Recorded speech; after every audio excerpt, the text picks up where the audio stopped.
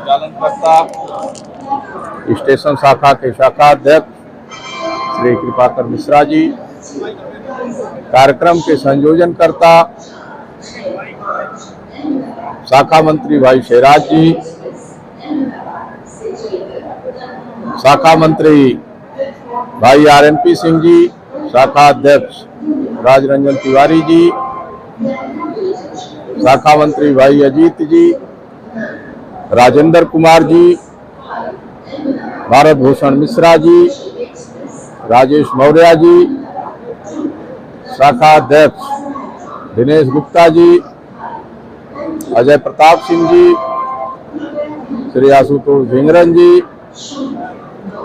सभी शाखाओं के सम्मानित पदाधिकारीगण, प्रतिनिधि साथी एवं उपस्थित भिन्न भिन्न यूनिटों के हमारे सहकर्मी साथी मित्रों, आप सभी लोगों का प्रयागराज मंडल के तरफ से विशेष रूप से अभिवादन करना चाहूंगा इस बात के लिए कि एक ट्रेड यूनियन चलाने के नाते कर्मचारियों की समस्याओं को उठाना, चाहे पत्राचार के माध्यम से हो, PNM के माध्यम से हो, इनफॉर्मल के माध्यम से हो, और जब समय रहते समस्याओं पे प्रशासन विचार नहीं करता है तो प्रशासन को जगाने के लिए हमारे पास ट्रेड यूनियन एक्ट में यही कार्रवाई है कि हम संतुलित तरीके से प्रशासन को नोटिस के माध्यम से अवगत कराते हैं।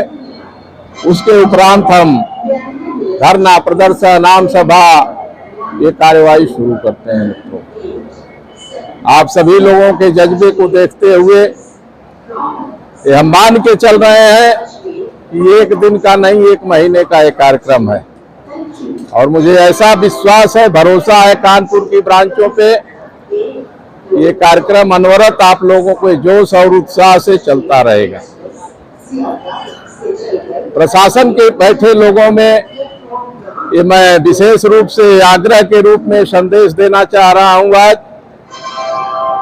कि जो आंदोलन को मोटिवेट करने के लिए जो स्टेटमेंट लोग दे रहे हैं कहीं प्रेस मीडिया में या अपने अन्य जो मीडिया कर्मी साथियों को, तो हमें बताना चाहते हैं कि हम लोग उसमें उलझने वाले नहीं हैं। कोई व्यापार कर रहा है, कैसे कर रहा है, एक आज निकला है पेपर में कि कुछ नेताओं के भाई भतीजे रिश्तेदार इंजीनियरिंग विभाग में ठेकेदारी करते हैं, तो क्या बुरा करते हैं SS महोदय? मैं तो आपसे भी कहना चाहता हूं कि ये पेटी कॉन्ट्रैक्ट आप छोड़ दो, बैक डोर से ठेकेदारी करना बंद कर दो, रजिस्ट्रेशन कराओ रेलवे में, नौकरी से त्याग पत्र दो, और उसके बाद चाहे गार्ड रनिंग रूम में ठेका करो, चाहे रेलवे के किसी विभाग में ठेका करो, फिर यूनियन तुम्हारे पीछे नहीं पड़ेगी। तुम्हारे भ्रष्टाचार को हम नहीं उजागर करेंगे तब। लेकिन एक जिम्मेदार पद पे बैठ के किसी अन्य लोगों के नाम से ठेका लेकर के पेटी कॉन्ट्रैक्टर के रूप में अपने तुम स्टेशन का भी चार्ज संभाले हो और रनिंग रूम के ठेकेदारी भी कर रहे हो, तो इस पे NCRES प्रतिरोध कर रही है और ये हमेशा होता रहेगा। कान खोल के मैं आपको बताना चाहता हूं, सुन लीजिए इस बात को कि दूसरे चक्कर में मत पड़िए कि किसी का उछाला जाएगा तो कोई उसमें किसी की कमजोर कड़ी है, कहीं कोई कमजोर कड़ी नहीं है।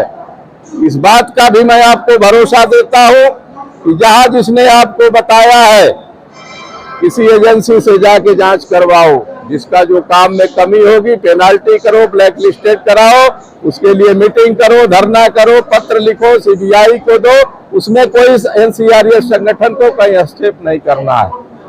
मित्रों, अब मुद्दे पे आता हूं। ये तो बात हो गई उनके प्रति उत्तर की। मुद्दे की जो बात है, संगठन अपना काम कर रहा है और ये करता भी रहेगा, लेकिन जो गुमराह करने की बातें यहाँ से मैसेज रिले हो रहे हैं, ये मैसेज होते रहते हैं रिले, मैसेज कन्वे कराए जाते हैं। जैसे कि हमारे वक्ता साथियों ने बताया, रेलवे सीयूजी सिम के लिए पैसा जो लेके काम हुआ है, कितना खराब बात है। और तमाम ऐसे गार्ड हैं जो अपना स्टेटमेंट देने के लिए तैयार है कि अगर ऑपरेशन के अतिरिक्त इसकी जांच किसी और एजेंसी के द्वारा होगी तो हम बाकायदे स्टेटमेंट देंगे कि किस मद में और कितना पैसा हमने सीयूजी के लिए, सिम के लिए देने का काम किया है।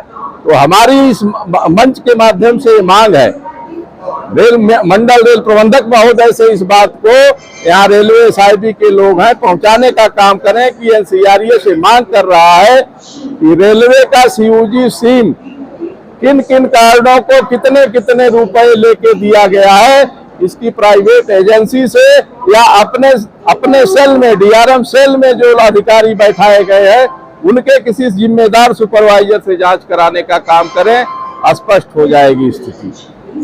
दूसरी जो बातें कमियां हैं उन पे भी हम थोड़ा सा प्रकाश डालेंगे। मित्रों, आप लोग आ रहे हैं, सुबह से शाम तक बैठ रहे हैं, पूरी ऊर्जा के साथ आप जो है इसमें शिरकत कर रहे हैं।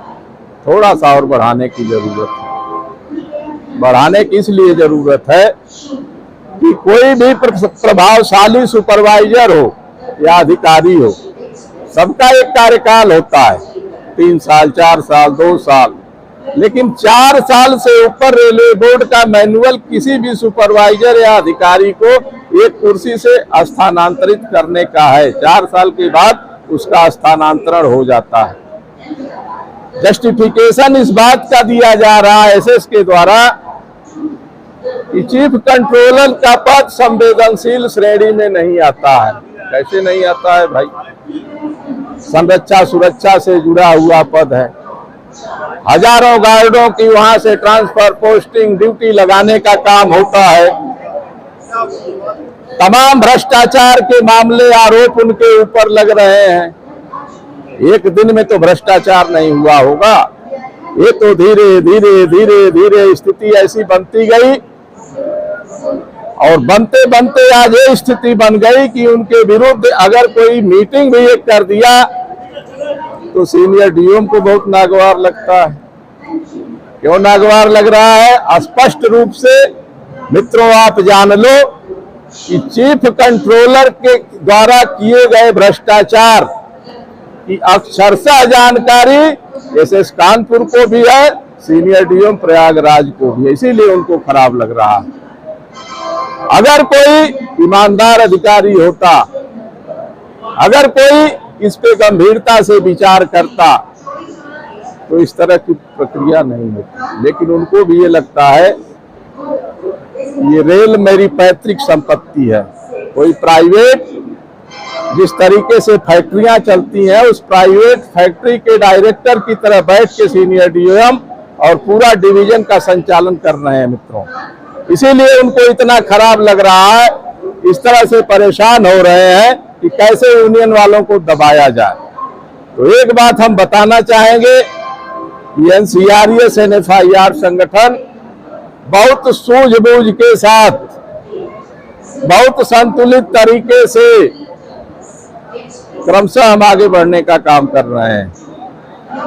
उकसावे की बात जहां तक है, तमाम लोग आपके बीच में भी आएंगे, कह रहे होंगे यार 6वां दिन है आंदोलन का, अभी कुछ हुआ नहीं, कुछ तेज होना चाहिए। नहीं मित्रों, थोड़ा सा संयम से काम लीजिए, थोड़ा सा संयम और धैर्य की जरूरत है। कानपुर सेंट्रल स्टेशन का प्लेटफार्म नंबर 1 है, वीआईपी प्लेटफार्म है और आज नहीं कल अगर इस पे वार्ता संतुलित नहीं होगी, समस्या का निदान नहीं होगा तो कोई न कोई जिम्मेदार अधिकारी यहाँ जरूर आएंगे। और आप यकीन मान के चलें कि डिवीजन लेवल पे भी, हेडक्वार्टर लेवल पे भी हमारे जो वरिष्ठ नेतागण हैं वहाँ पे बराबर अधिकारीगण संपर्क में हैं। तमाम तरह की भ्रामक बातों पे आप लोग ध्यान मत दीजिए। जब दिया बूझने पे होता है तो बहुत तेज जो है प्रकाश करता है। तमाम उलझुल बातें एसएसबी बोलने का काम कर रहे हैं, लेकिन ज्यादा कुछ हमें इनकी बातों पे विचार करने की भी जरूरत नहीं है। आंदोलन को आप बढ़ाने का काम करिए। कहना ये चाहूंगा कानपुर सेंट्रल के अपने बहादुर शाखा अध्यक्ष और संचालनकर्ता भाई कृपाकर मिश्रा जी से, शाखा मंत्री नौजवान भाई शेराज अहमद से, कि जिस साहस का आप लोगों ने परिचय दिया है ये भी एक नजीर बनेगी। अभी भाई अजय सागर जी हैं, संगठन सचिव के पद पे शाखा में काम कर रहे हैं, बहुत बड़ा योगदान उनका भी है इसमें। और शाखाओं के एक एक आदमी, एक एक गार्ड, चाहे वो बबलू सिंह हो या हमारे राय साहब भी खड़े हैं, सीटीएम साहब के चीफ ओएस हैं, यहाँ खड़े हैं दम बांध के, तमाम जो शाखा के लोग हैं, ये मान के चलिए कि कॉमर्शियल और ऑपरेशन ब्रांच माना जाता है कि वहां पे स्टाफ बहुत कम निकलता है, लेकिन आप लोगों के जज्बे में इस तरह का आंदोलन खड़ा करने का काम किया है और आपके सहयोग में कानपुर की सारी शाखाएं यहाँ एकत्रित होके आपको तन मन और धन से भी सहयोग कर रहे हैं मित्रों। तो निश्चित रूप से आप मान के चलें कि आपकी जय निश्चित है, आपकी लड़ाई में विजय होगी, आंदोलन सफल होगा। विलंब भले हो सकता है। और ज्यादा कुछ न कह के मित्रों, इन्हीं सब बातों के साथ मैं अब चाहूंगा कि आप लोग 10 मिनट का प्रदर्शन करेंगे, उसके बाद विधिवत रूप से सभा समापन की घोषणा की जाएगी। थोड़ा तिवारी